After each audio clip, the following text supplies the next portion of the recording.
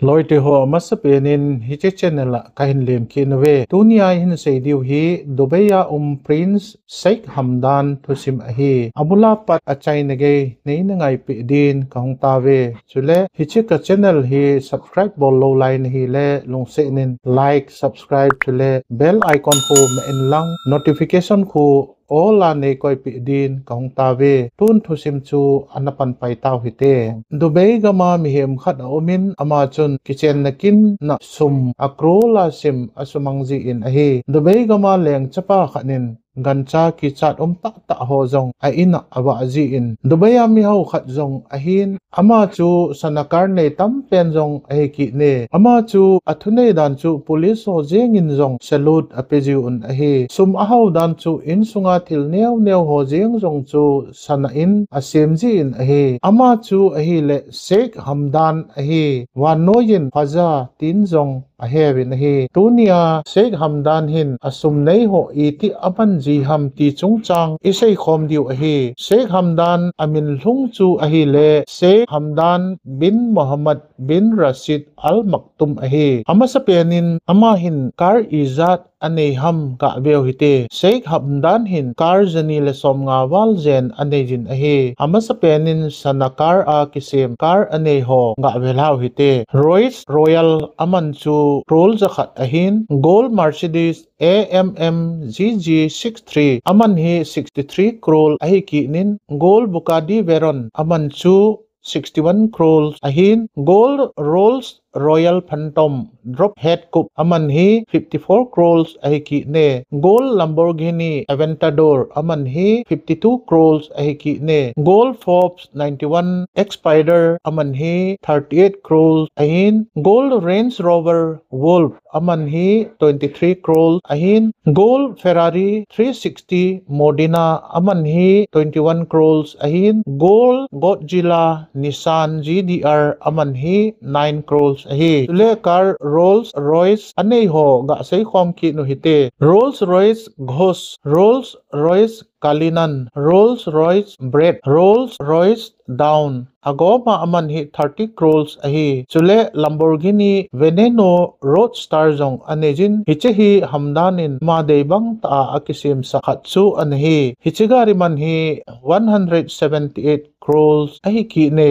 chule Devil 16 jong anejin Vanoya Carhartt pena kisei ahi aman hi 14 crores ahi tui chunga hlai thei car jong anejin ahi Carmen hi ahi le Python water car akiti Sheikh Hamdan hin tui chunga enjoyable a amanji ahi ama ko mahin hichitabang car gub a umin aman hi ahi le $8 lakhs ahi hichikeu chu hilowin ama hin teng khat jong akikoijin ahi aman chu $5 lakhs ahi tun ama private jet thu ga bekhom ki nuhite Hamdan hin private jet ni jen anejin Boeing 747 BBJA6 HRM aman hi 3,750 crores ahi Boeing 747 BBJA6MM hichejet man hi 3,500 crores ahi ki ne chule Sheikh Hamdan hin yachts ane ga bekhom ki nu hite ama hin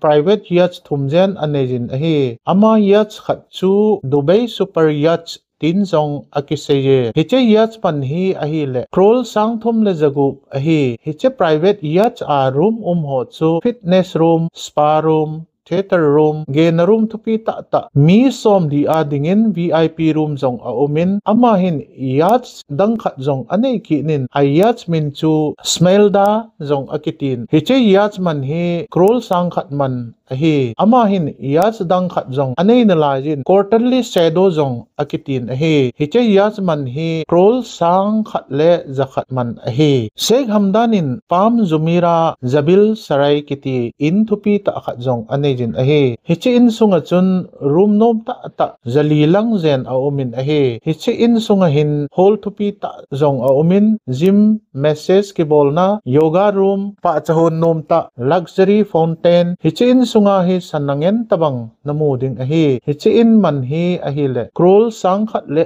jagu man ahi tun Sheikh Hamdan hin I tabang gan hing awa azm ga abeu hite Sheikh Hamdan hin camel khat anejin aman hi ahi le 18 crores ahi ama ko mahin hitabang camel som lagup zen a umin ahi ni se le ama ta in an apeji in ahi Sheikh Hamdan hin sakol khat jong anejin aman chu ahi le 20 crores ahi hichitabang sakol chu thumzen anejin ahi asakol ho hi ni se in akidai PG in ama hin falcon phabet jong anejin falcon to jong akichip khom mu thejin aumji in ama hin sai pi jong anejin abang kom kom le ama ta in an apejin hichihoti lovin jong ama hin a ina hum pi jong akiba in ama hin uicha tam pi jong anejin Sheikh Hamdan hi horse riding ho a jong anazauji in hiji chun award tam pi jong anasangin Sheikh Hamdan hi tuizak kem khat jong ahi tuinoya nga ho to jong kidai ji ahi Sheikh Hamdan hi